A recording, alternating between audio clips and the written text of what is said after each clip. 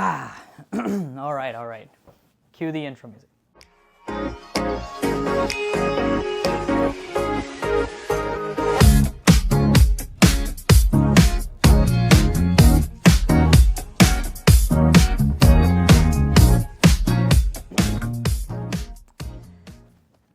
Alrighty, everybody, welcome back to Nighttime with G. Yes, I know, Season 3 has been pretty dormant, but we're back. Not only that, I have a special surprise for you guys that I'll be revealing in a little bit. But without further ado, though, I just wanted to thank those day one listeners. Y'all are real for that. I appreciate it.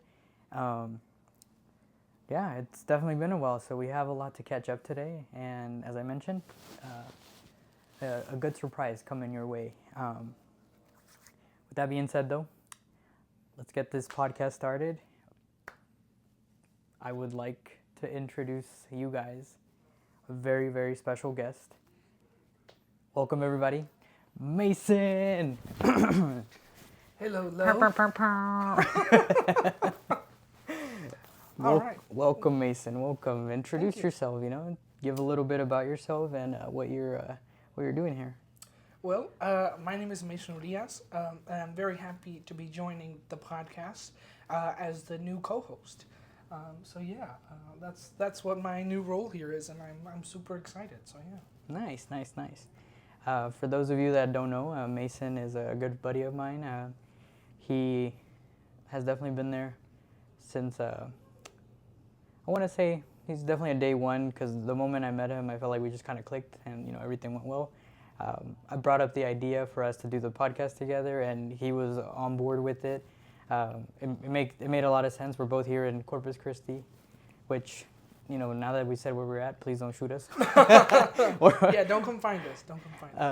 But I'm excited for it, though. I definitely feel like he is a good character for this channel, and I feel like we're gonna do great things. With that being said, though, we are gonna address why the season really went dormant.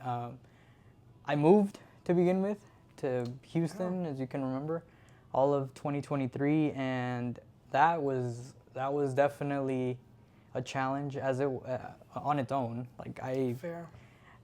It was such a struggle. Definitely don't want to get too deep into it or sound like I'm complaining, because Houston's still amazing. It's a beautiful city, Fair. But yeah, it definitely just wasn't for me, and I'm glad I realized it, before it was too late. So yeah, those that are living in Houston and are making it, dude, shout out to y'all, because that lifestyle is pretty crazy. But anyway, well, I'll kind of start asking Mason some questions just to, for everybody to kind of get to know him. So what do you think? What do you think about the podcast so far? What are some of your goals that you have with it? Some ideas you want to bring up? Yeah. So first off, like I said, I'm happy to be a part of this now as the new co-host. I think this is super cool to have a podcast, to create an audience with things that you just like to talk about. That's something I've always liked to do. I myself am a theater major right now in college. I get to graduate this Saturday, which is really exciting. So I've spent a lot of time learning about the world of entertainment and how we kind of practice this art of entertaining people, and it's always been really inspiring to me to just do things that you like to do and have people either really like what you do and become a follower and follow you on your content journey, whether that's on a stage or behind a camera like we are right now. Yeah. But a couple of years ago, when I was a part of this, or I guess I'm still for another day or so, part of this organization called USITT, which is the United States Institute of Theater Technology, where I've been the president for a couple of years. I had an idea to create a podcast after the COVID times came around for us. Our department faculty and some students created a podcast where they kind of just talked about the realm of theater and how much they enjoyed it and all of the things that came along with it. And it inspired me to want to create a podcast because theirs ended. And that outlet for students was taken away, or kind of just dissolved, really. It wasn't taken away from us, but that opportunity was kind of gone. And I pitched the idea to my leadership team, and we were just never able to get into it. The plans never came to fruition, but I had a really cool idea to make, there's TED Talk, right? Yes. And that's not a podcast, but I thought about doing what we call Tech Talk, because I'm a technician in the realm of theater, and I wanted it to focus on all of the aspects of technical theater and how we support actors and support entertainment, but again, just never came to fruition. So I'm really glad to have this opportunity to join the team here and be a part of Nighttime with G, and now Mason. Yes. So yeah, that's where my interest lies. Now my goals, we've kind of talked about this as the podcast being something that's not only entertaining but educational. So my goal is to continue learning. I'm going to be a teacher now, and so I think that every good teacher continues to learn no matter where they're at in their journey. If they're a beginning teacher, or they've been at it for 20 years, or they're about to retire, every good teacher continues learning. So this will be just another aspect where I continue to learn and grow my skills, and do all sorts of things like that. So that's my first goal, or my big goal. After that, we'll just see where things branch off and continue to go through. So yeah, that's kind of where I'm at right now. That's awesome, man. That's awesome. That's good to hear. That's definitely part of the reason why I felt like this was a good idea to work with you on this project. I feel like it's, I don't know, it just makes sense, but yeah, there's definitely a lot to take away from this. I feel like I for sure have grown a lot. The channel itself has just grown a lot. My understanding of the podcast has expanded since the episode that me and Ivan did for the first time, which for those of you that remember, Ivan was the co-host for season 1, and then I kind of went solo because I tried doing the remote aspect. So that's also something that we're hoping to bring back later down the line. We're essentially starting fresh, but not starting like completely from scratch. We're starting with a bit of experience, and we're just gonna learn from here on out, and we're gonna learn from each other. I mean, I hope you take a lot away from me, and as much as I know I'm gonna take away from you. So yeah. But yeah, I wanted to ask you though, what is your biggest takeaway from your career path alone? Like, what would you say is the reason why? I guess why it's your why. Or what is your why? Oh, wow. So that's a question that as teachers we get asked a lot. What is your why? And that is, what made you choose and stay in this path? And as somebody who's not yet a teacher, but who has gone through the educational training, the college to be a teacher, I think I have to go back a little further than college. When I was in high school, I knew that I was between education and the medical field. I hadn't really decided what yet that I wanted to do, but I knew it was between those two fields. And it wasn't until my junior year that I really had things solidified. I was heavily involved in my high school theater department as a stage manager and student technical director. And during that time, I got a lot of opportunity to do all kinds of things in theater, and it was really fun, and I got to develop this passion doing things that were fun, working with my friends, and just learning how to do all of these things. And then junior year I joined, it was a class and a club, I guess, but like a private club, so it was kind of cool. And we were called the PALs, and that stood for Peer Assistance Leadership and Service. And as a PAL, we got to work as, how do I describe us? We were mentors to younger students. We went and mentored students from grade levels, I think, kinder to 5th grade. And we were mentors, but on an emotional, psychological level, I guess. We went and we just kind of were friends to these kids. We were more friends to them than we were mentors, because we would go and we would hang out with them and we would just talk to them and figure out what made them tick. You know, what grade was this again? My kids were, oh man, it's so long ago now. Like elementary grade? Yeah, they were younger elementary. I want to say I had a kid who was in second, and then another who was in third or fourth. Okay. And I had 4 different kids split between 2 different years. And I got to just be a friend to them and learn about these kids and learn who they were and where they came from. And man, my first kid, I can't reveal his name because, you know, privacy and all of that, but you know, we'll call him Timmy. Timmy, he was an incredible kid, and what immediately caught my attention was he was going through a similar situation that I went through when I was his age, and it struck me because I hadn't had to think about that in quite a while, and it taught me and showed me just how much I really enjoyed working with kids, because I got to learn about him and be his friend and set him on a good path that I wish somebody would have helped me with when I was that age. I'm sorry for interrupting you, but that's a really good thing to hear from you, because for those of you that don't know, Mason is still part of the newer generation than I am. It might not seem like it, but I am the older one in the duo. But it makes me happy to hear how encouraging and supportive the new generation really is, because I feel like it's ultimately the fact that, not that life doesn't phase, you know, the new generation anymore. It's just that they were just born into an era where anything really can happen, and you know, based on current events, it really has, you know, happened out of nowhere.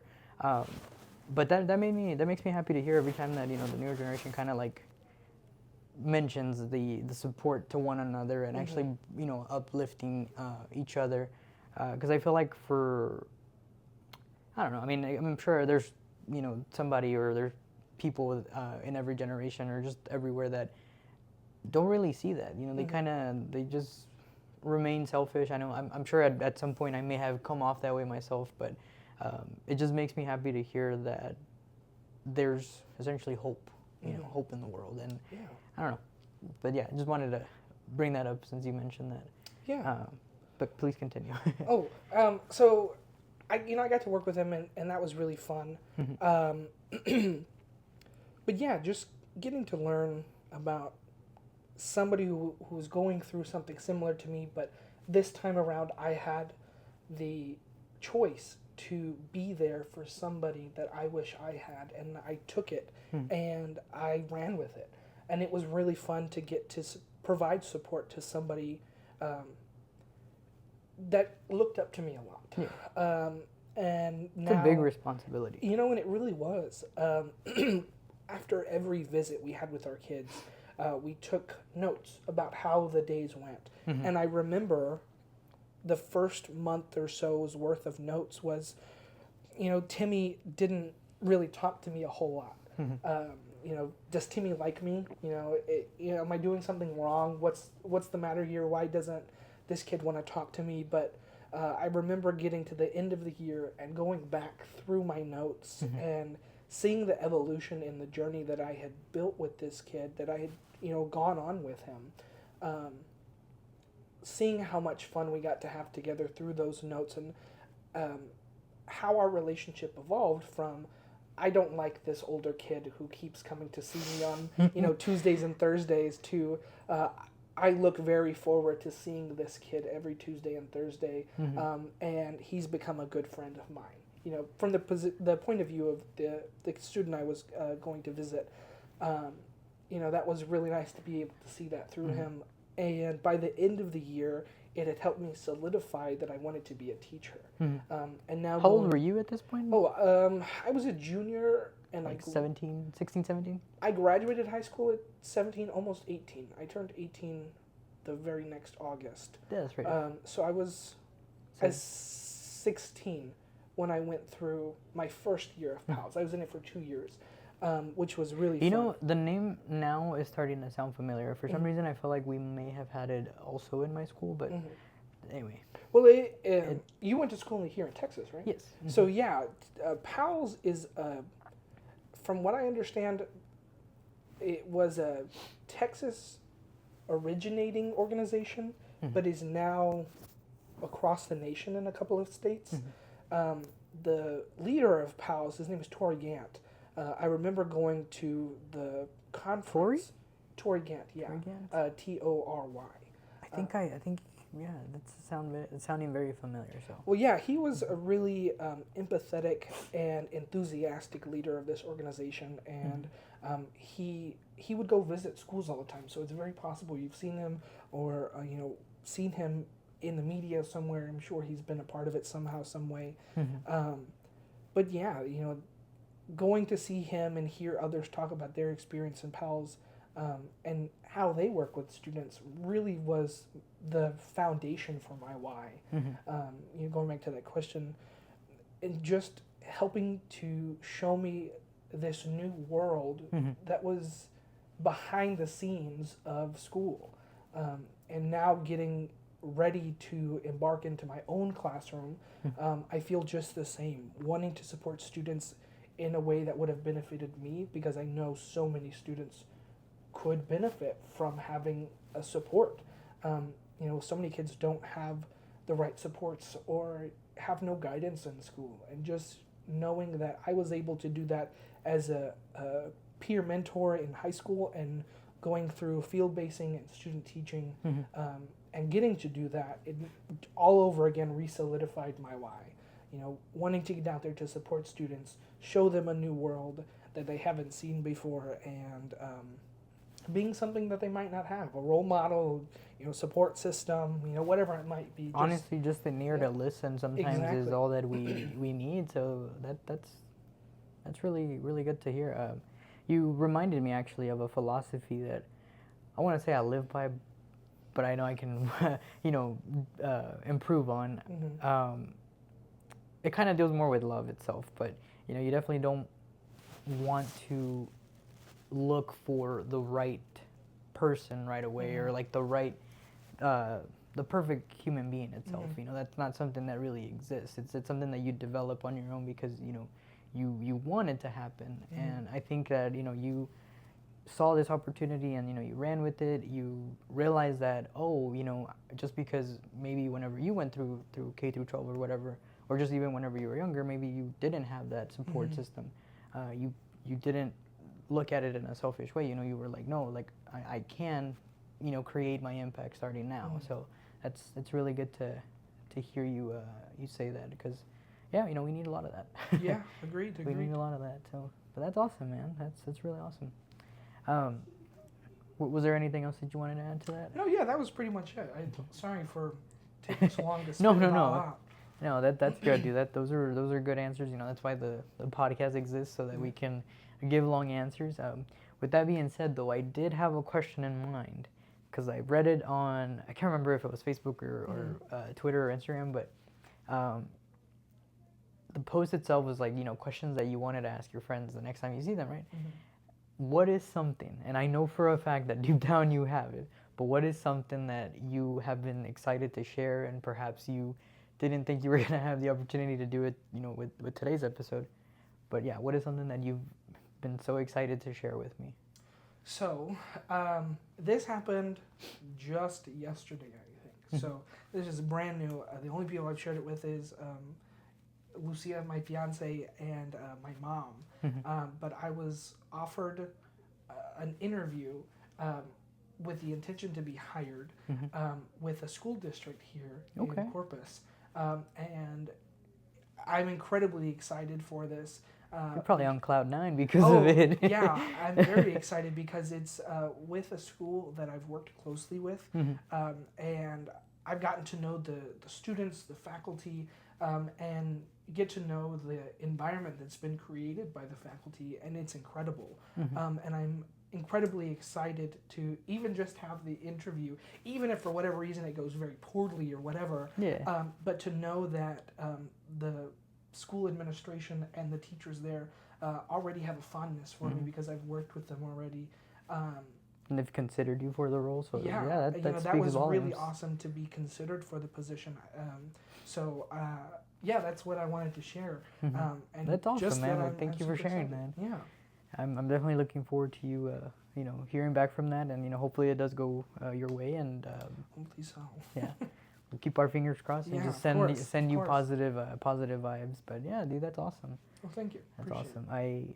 It's a bigger deal than you might think, just because, you know, from experience, whenever I graduated my undergrad, being first gen alone was just already scary, because I went through college itself without any help, because, you know, also being a you know, of Mexican descent. Well, I am Mexican. I was born in Mexico, but just being Mexican alone, it's really hard to ask for help.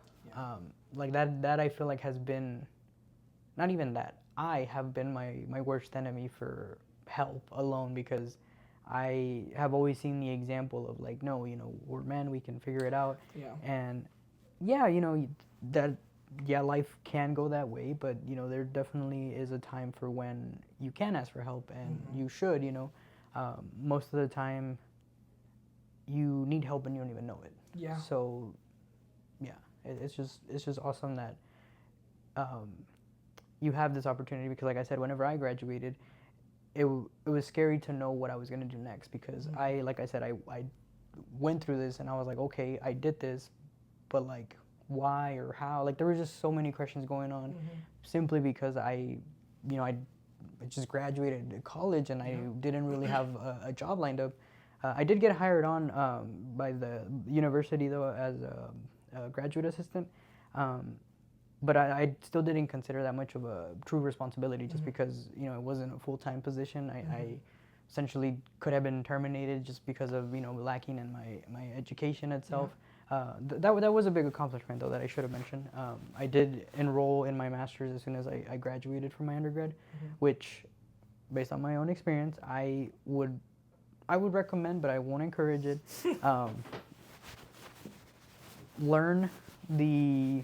Gain some experience. Learn what it really is to, you know, venture out into the world first, even if it's like the simplest of jobs, you know, retail or maybe fast food or something, just something that can develop your customer service skill, because it was just a scary feeling to know that. So yeah, I get that to an extent. You know, I'm a first gen student too. You know, both of my parents didn't complete college.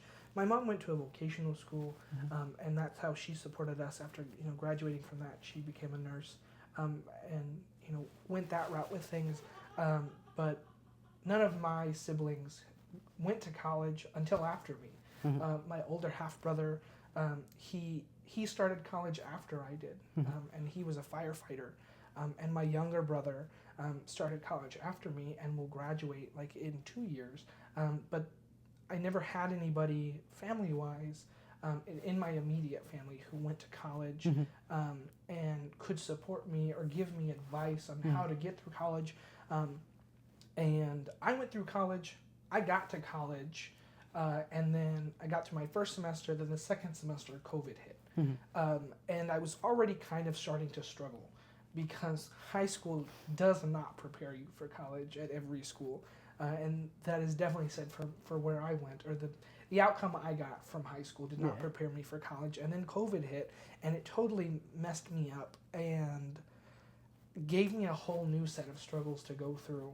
And so college really is something where you have to learn how to struggle on your own to be successful. I mean, that is not said for everybody, but you know, for those who have never done it before, who have not had people go through it before them who can help them, it definitely is a big struggle. And then when you get to the end, you know, we spend, you know, anywhere from 2 to, you know, 4 or even more years in college. I'm at the end of 5.5 years now for just my undergrad. You know, we get to the end, and if something's not lined up for you at the end, it's really scary. I remember feeling that way at the beginning of this semester, not knowing what would come next, figuring out if I would be here in Corpus at the end of the year, or was I going back home because I was still going to need help from my parents. And thank goodness I have my fiance. You know, we've kind of worked things out. But you know, had it not been for that, I wouldn't know what's going on next. Yeah. And now I don't officially have a job lined up next, but that is the hope that, you know, after this interview that things go well and then I get hired on.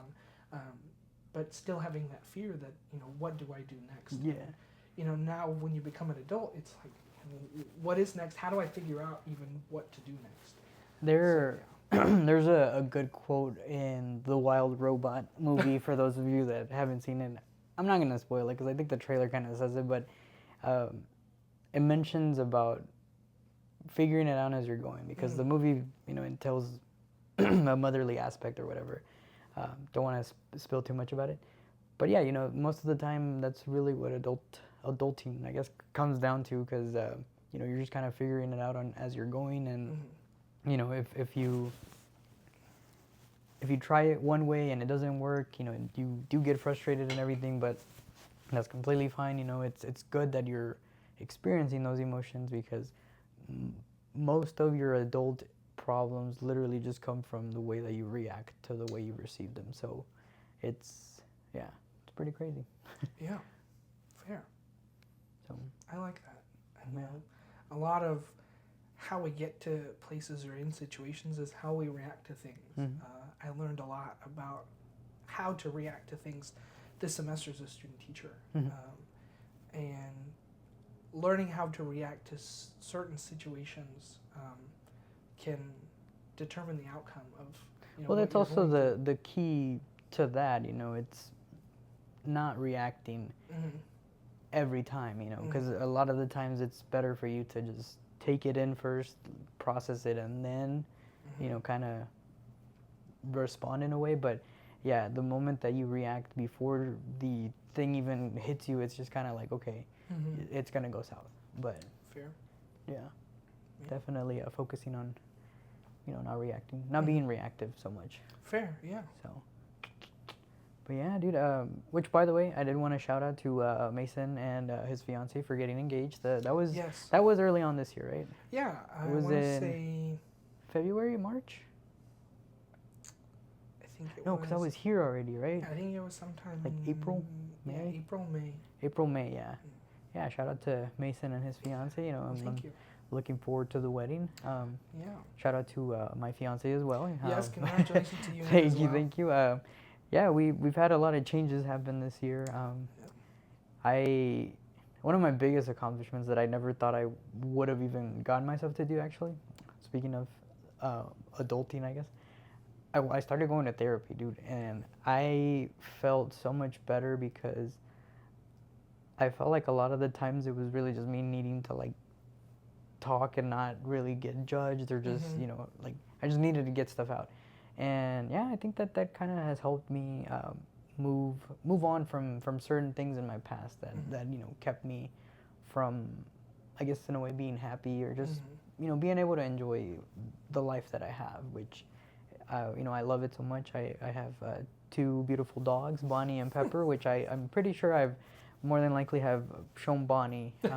I don't think Pepper has been in the picture yet, just because she's new. She was our puppy from Houston. That was the biggest highlight from our move in Houston.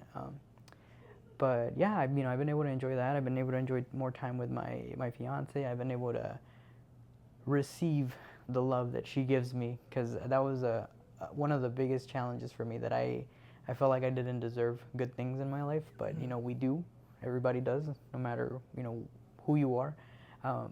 But it's just all about knowing to just move on, because life does move on whether you know, you're with it or not. So just a little update about myself, you know. The therapy does help, and or it worked for me.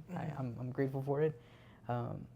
I don't go as frequently anymore, but I did start off pretty strong, going on a weekly basis, and now I want to say I'm on a monthly basis, but I kind of have been slacking, because you know, the holidays have been around and a lot of traveling. But I am definitely going to make some time for whenever the year rolls around, to just kind of get in that habit of having like a monthly session or something.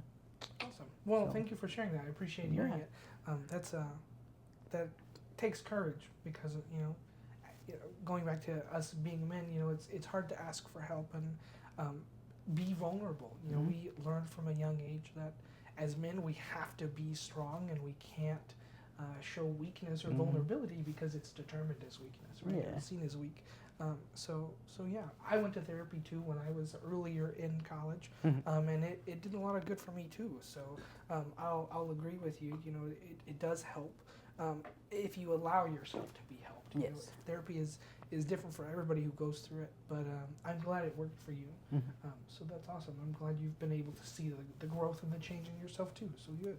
Yeah, there's definitely still a lot of work to do, I guess, for me. But I definitely feel like I've been more productive in my life now than I was before. Like I feel like before I probably had too many whys or too many hows, too many of everything. Mm-hmm. But now I'm able to just kind of focus on like one thing at a time in a Mhm. sense, which I did want to mention.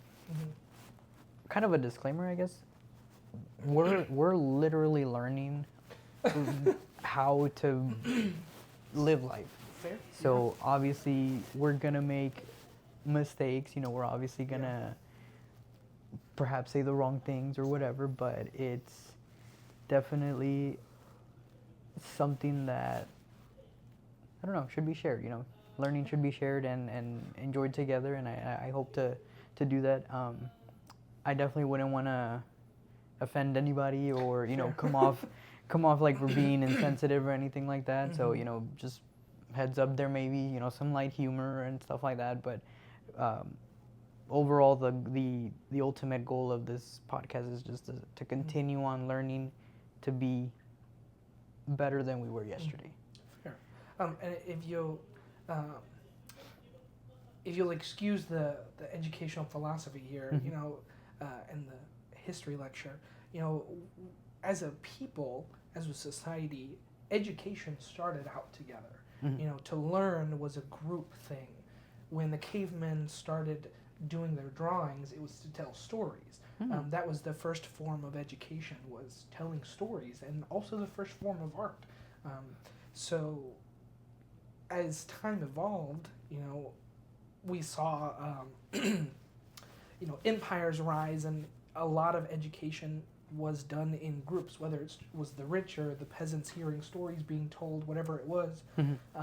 Education was a group thing, and learning was done in a group. So here we are as a small group, putting on a podcast, learning together, learning how to do things. So I think we're right on track there. So yeah. That's good, and I know for sure I definitely have become more open to that idea alone, just because I realized that I did a lot of the learning on my own, and I did get to the point where I was like, no, I know everything kind of thing. Fair. But no, we're never gonna know everything, and as long as we just keep learning from each other, then we'll be able to progress. So yeah, that's a beautiful philosophy though. I don't think I've ever heard that. So Well, I just came up with it right now, but it's influenced by actual history and logic and all of the things. That's what I've learned, that education started with a group, and so did Interesting. theater and art. Mhm. So yeah. Well, that's good. That's pretty cool. Pretty cool that you can do that. So Fair. yeah, I kind of have some fun questions for you now. Cool. If unless there's anything else that you'd like No, to add no, to go that.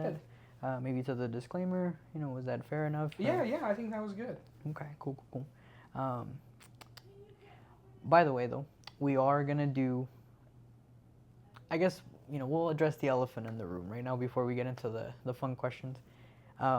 Yes, season 3 has been dormant for a multitude of reasons or whatever, but we're hoping to at least do a good closing of the season, just because we are gonna have Mason on board for season 4 and and on, hopefully Yeah, as many for years sure. as many years or as much time as possible with him. But yeah, like I said, I definitely wanted us to close out season 3 with a good something for y'all to look forward to, I guess. But also at the same time for us, because ultimately this isn't so much for our audience. It's something that is still going to be a part of us, because you know, we're going to be learning a lot, you know, not only the technical aspects of what it is to produce a podcast, but just the overall content that we may bring, you know. Some topics, you know, might be sensitive to some audiences or whatever, but, you know, we'll do our best to include disclaimers and, you know, yeah, just kind of, I guess, be able to give those heads up through our social medias as well, which I'll be including those in our description. Cool. As of right now, we should be available season 1 and 2 on Spotify podcasts, Apple podcasts, Amazon podcasts as well. So, you know, we'll definitely continue to upload them there for you to listen. As far as the actual like video itself, we'll be keeping it in the YouTube channel. Cool.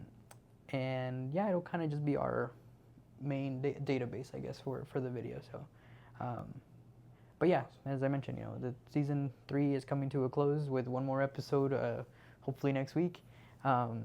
But yeah, other than that, I'm looking forward to season 4. You know, having our regular scheduled meetings and just the planning alone for it. I think we'll definitely be doing some good stuff. And as I mentioned earlier, we'll eventually be doing some of the stuff that we had originally done with season 1 and 2, about bringing guests remotely and live streaming. Live streaming is definitely something that I would like to get to at some point. I feel like it'd be a lot of fun to, I don't know, engage, you know, with the general audience for that. Yeah, I think that'd be pretty cool. So yeah, I'm looking forward to that. But anyway, with that being said, you ready for some fun questions? Yeah, go for it. Okay. For the record, don't judge me if I'm slouching. I pulled my back earlier today, and it's been hurting. After my therapy, I encouraged myself to go to the doctor, and I'm glad I did because I didn't even know I had a knot in my back. So I've been taking some medication for that, and it does help. But I think also sitting, because of my job, kind of causes these issues to happen. Yeah, fair. And also because I lack the encouragement, I guess, to be a little bit more active. I know I can be more active, so I think that's really where my health issues stem from. So, but anyway, just wanted to address my slouchness. But anyway, first question is, if you could live in any fictional universe, where would it be? Oh man, a fictional universe? Okay, so I have to preface, I'm a huge Star Wars and Harry Potter nerd. Out on my TV stand in my living room, I actually have Dumbledore's Elder Wand and... Dude, you got... I thought that was Chewie. Oh, he's around here somewhere. You have a Chewbacca too? Yeah. Like up there, I've got my Lego sets. I've got Lego sets on my desk. You got Han Solo over here with the Funko Pop. Yeah. So if there was any fictional universe I could live in, it's a tie between the realm of Harry Potter and Star Wars, because I've always been fascinated with magic and, you know, action and all kinds of things. And, to live in those realms, I would get either magic from a wand or, you know, magic from being a Jedi or whatever. So it would have to be one of those realms, I think. Follow-up question. Have you ever been to Disney? I have not been, but it is on my bucket list. So I do want to visit sometime. Same here. I think that's the main reason why my brain works really crazy, guys. So Fair. I'm the sure brain is a crazy thing. I'm sure, yeah. I'm sure y'all have picked up on it, you know, since season 1. The way that Disney has done to the Star Wars world itself is so fascinating, just simply because obviously, you know, the characters alone are human-like. They are human in general, but you know, they're human-like, so they're able to recreate them in our world. And the fact that we have that not ability, but I guess that opportunity to experience that, like, it makes me want to go just to, like, pretend to be in the fictional universe of Star Wars. So hopefully that happens for the both of us, where we get to visit it. So yeah, that'd be a nice thing to check off on the bucket list. Agreed. Speaking of Star Wars and the realm of Star Wars, Lucia and I are going to reach out to Star Wars or to Disney when we start planning out the wedding and everything, and invite, you know, I don't really understand how it works, but invite them to sponsor the wedding or send us things for the wedding. A trend I've seen in wedding photos is the bride and groom taking like a themed picture. My brother and my sister-in-law, when they got married, they took matching. Well, they took a picture with matching like AR rifles, and Lucia and I are gonna do matching lightsabers. Okay. That's gonna be our theme. Is we're gonna take pictures with those or something silly like that. So we're gonna invite Disney or Star Wars to sponsor the wedding somehow, some way. Well, they do own them now, so Yeah. Disney and Star Wars would be the same ad. Yeah, I suppose so. Yeah. But yeah. Dude, that's crazy though. Dang, dude, Disney officially has revolutionized a lot. Like Fortnite, dude. Oh my God. I guess I had a today years old moment when I realized that that's the reason why we got Lego Fortnite. That's the reason why we got Rocket League or Rocket Racing, I guess, into Fortnite. And what else did they add? The music festival stuff. Like, oh yeah. all the collaborations basically are becoming a reality, because I know whenever the first Icon skin came out, everybody went crazy for it. Yeah. They're like, man, like there's so much opportunity for it.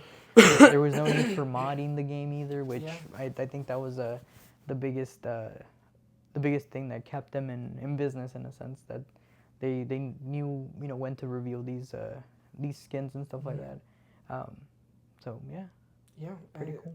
Pretty interesting how Disney has to refrain from using the word monopoly. Disney has put branches of itself in so many different aspects of entertainment. Yeah. I'll say that instead. Yeah. But yeah. I mean, and they've been a part of your whole life. They've been a part of mine. That's already 26 years, combined. Yeah. But I mean, of course, they've hit their 100-year already, right? I think. Yeah, I think so. They've been around 100 for plus? quite some time. Yeah. That's our parents, our grandparents. It's generations, man. Yeah. That is wild. Yeah. Who knows where we'll see Disney go? I guess. I guess so. Yeah. We'll just have to wait and see. Yeah. Alrighty. Next question. If you could give one piece of advice to your younger self, what would it be? Oh man, don't worry so much. I experienced a great deal of things that a young person should not have to think about or go through, and it gave me a lot of worries growing up, a lot of anxiety about things. And if there was any one piece of advice to give younger Mason, it would be just to not worry about things. Just let them happen as they go, because we ended up here. We ended up in Murph's Law does elaborate on that, or not elaborate, emphasize on that. Do you know Murph's Law or no? I'm sure I've heard of it. It sounds familiar. I just watched Interstellar last night, so that's why it's like fresh in my mind as well, which is one of my favorite movies now. But Murph's Law is basically anything that can happen will happen, like no matter what you do. Which, for those that have seen that movie, Interstellar, sponsor us. Whatever studio made them. Yeah. But yeah, that is very true. A lot of the times we live too in the moment that we forget to actually be present, I guess. So. Yeah. Worrying a lot, definitely took me out of the moment as a kid, and even now as an adult, I still struggle with worrying about things. But I can't relax because I worry too much. Yeah, exactly. But yeah, I think that's the piece of advice I would give to younger Mason. But what about you? What would you give to younger G? What piece of advice? My upbringing alone, I guess. There was definitely some.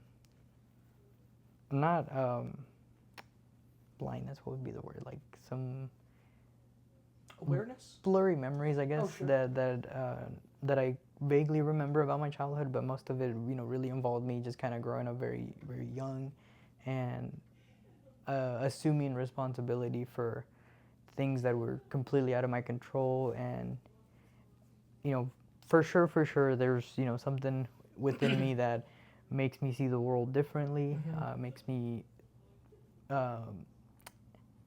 consider things too much sometimes, or just people in general, and it was just kind of hard for me to really think of a specific point of advice, just because I feel like anything could have really helped. But I guess really it's okay to not be okay.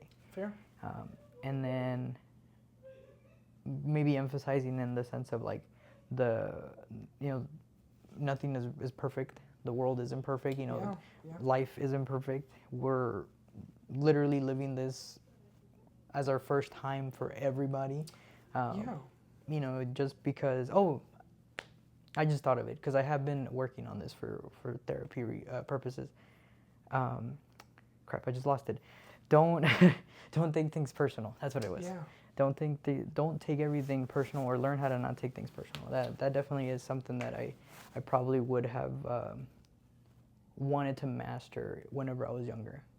Yeah. I felt like that definitely would have helped me overcome a lot of barriers a lot sooner. But here I am. So. Well, yeah, I think that's a good piece of advice. Growing up, like you said, this is our first time doing life as people, and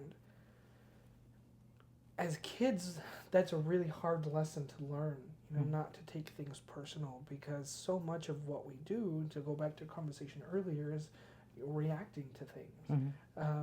And reacting without taking something personal as a child or as a teenager or even as an adult sometimes is one of the hardest things we have to do, whether it's with friends, with our mortal enemy, or with our coworkers, or whoever.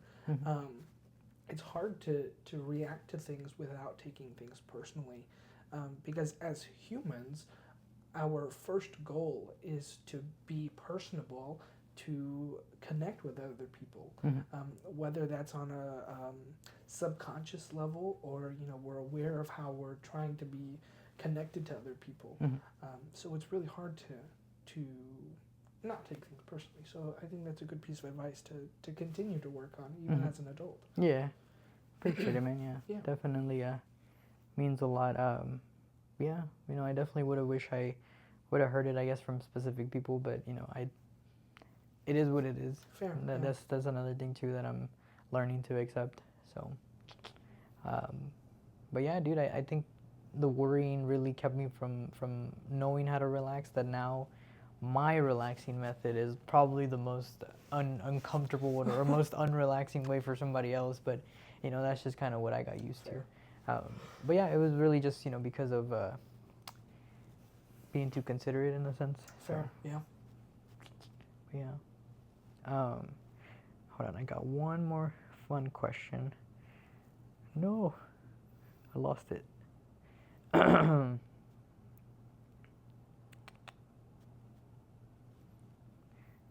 Ooh, this is a fun one. A really, really fun one, I should say. All right. What's your go-to hype song? Oh, man. Go-to hype song. You know what? I don't think I have a hype song. I don't think I really listen to music when I'm trying to hype myself up. I don't know. I really don't know. I don't think I have a hype song. What would your hype song be? I don't listen to it that much anymore, but growing up, I was a big time WWE fan, and I know for some viewers it might break some hearts, but I think it hurt me more knowing that WWE was staged or fake. Hurt more than finding out about Santa Claus. So fair. But anyway, during, I want to say it was WrestleMania 20-ish, give or take maybe, or WrestleMania 25. Kevin Rudolph was like the main song or the theme song of it, but the song name was called "I Made It," and I would just listen to it, not really knowing anything. I mean, I hardly really understood the language as it was, so what I thought it meant could have been completely different from what it actually means. But just the simple lyrics of "I Made It," kept ringing in my ear. Fair. Not knowing that it would really be a significant part of my life, which, yeah, I definitely feel like I have made it, in life simply because, as I mentioned, I have a lovely fiance now and my two dogs that are amazing, even though one of them is very spoiled and, she wants to make me tear my hair out sometimes, but their love always makes up for it. So I'm sure it'll be the same situation, whenever we start a family. And yeah, it's just definitely something that I've learned to not live by, but like I guess I incorporated the song into my life to where I'm like, okay, I got to be grateful for I get to be grateful for the things that I have in my life. So yeah. It occurred to me, I do kind of have a hype song. Kendrick Lamar's They Not Like Us. I do have a fondness for that song. Is not just because it's so popular, but because through my students this year, I've had the privilege of seeing just how hype-inducing it can be, and how personal the students take that song, especially when there's some kind of competition involved. This semester, the fall is football season, as you know, and my students oftentimes use that song at pep rallies this semester to show just how ready they were to take on another school in whatever sport competition they were going up against. And I want to say that we were just about undefeated in most of our sports this semester. I think like our football team only lost like one match against another school this semester. Maybe it was one or two, I don't remember. But a lot of the times they were using that song and showing just how hyped they were for things. How hyped they were to go up against another school and win. And 9 times out of 10, they were right about the outcome. Yeah. So I got to be able to experience that hype and get hype for them. So that was my hype song. I'll say that much. Okay, that definitely is a good song. Yeah, I like the beat to it more than anything. So yeah, fair. Definitely very catchy. But yeah. Well, I kind of wanted to take some time now to give a shout out to our main sponsor, 2112 Studios. They definitely have kept the podcast going. For those of you that don't know, 2112 Studios is actually me, and now Mason will be a part of it. Yes. But it would be nice to eventually have actual sponsors or just advertisements. That definitely would come in handy for multitude of things for us to learn about that aspect alone, but also just to branch out. As I mentioned, we're seeking the opportunity to learn and grow in any way that we possibly can. So, if anybody watching comes across this video and realizes like, oh, those guys might do something for us. Let's incorporate our product or service or whatever. Just let us know. We'll definitely be, like I mentioned earlier, we'll be including our socials or whatever down below so that y'all can find us and check us out. Check out the first couple of seasons of Nighttime with G. I feel like they'll definitely kind of speak for themselves in the sense of like, yes, they are really, growing. And that's something that I never want to stop doing. I feel like the moment we stop learning is the moment we stop growing, and it's just not something that I want to do. I want to be able to learn as much as I can about anything, people, things, songs, or just anything would really come in handy. But I think having people share their stories would be more inspiring more than anything, because I feel like everybody sees life just a little bit different. So fair, yeah, I definitely agree. And on the topic of growing and learning, improving the podcast, I definitely think some sponsorships would help. Disney, Star Wars, definitely Whataburger, if you're watching us, sponsor us. Be a part of our brand. We would love that. Thanks. We're big fans. Fans. I kind of want to start wrapping things up a little bit, just so that we still utilize this episode as a learning experience for the both of us. You know, I feel like we definitely kind of have a good understanding now of what to expect for it, what to really work on for the next one, because you know, every episode is just gonna get better. That's the ultimate outcome, or the goal for this. But yeah, do any takeaways? Anything you want to share about it? This is my first podcast, and I'm super excited to be a part of it. I'm super excited to get to learn the ins and outs of what it takes to make a successful podcast. Whether this episode 1 for me, episode 1 of season 3 for you, if that is what makes me go super popular and famous, then that's awesome. I guess I've done it. But if it takes, you know, even 2 or 3 or 4 seasons to really get, you know, a good understanding and make the podcast an even better success than it is now, you know, that's awesome. That's what I'm looking forward to. Yeah. But just getting to learn and have a good time with this, and as an artist myself, get to understand a new outlet for this art that I practice of entertainment. You know, I'm excited for that part of this as well. So yeah. That's good. That's good. I'm happy to hear that. I feel like it'll definitely be you know, something good, something good, and you know, I definitely feel like there's a lot that I can learn from you as well. Just overall, really working with somebody else. As I mentioned, you know, I started the podcast alone with the podcast the first time around with a co-host, but you know, there was a lot of stuff that we just didn't think about because it was our first time, you know. So now that, you know, I have that experience and knowledge of it, I hope to share it, but also, you know, take some input from Mason, so that we're both taking things from each other. Of course. But yeah, I mean, I'm looking forward to the second episode. I think we have something good going, and you know, I hope everybody stays with us and joins us for this journey. So awesome. Well, yeah, I completely agree. All right. Well, I guess with that, we'll wrap things up. You know, this was Nighttime with G And Mason. Goodbye, everybody.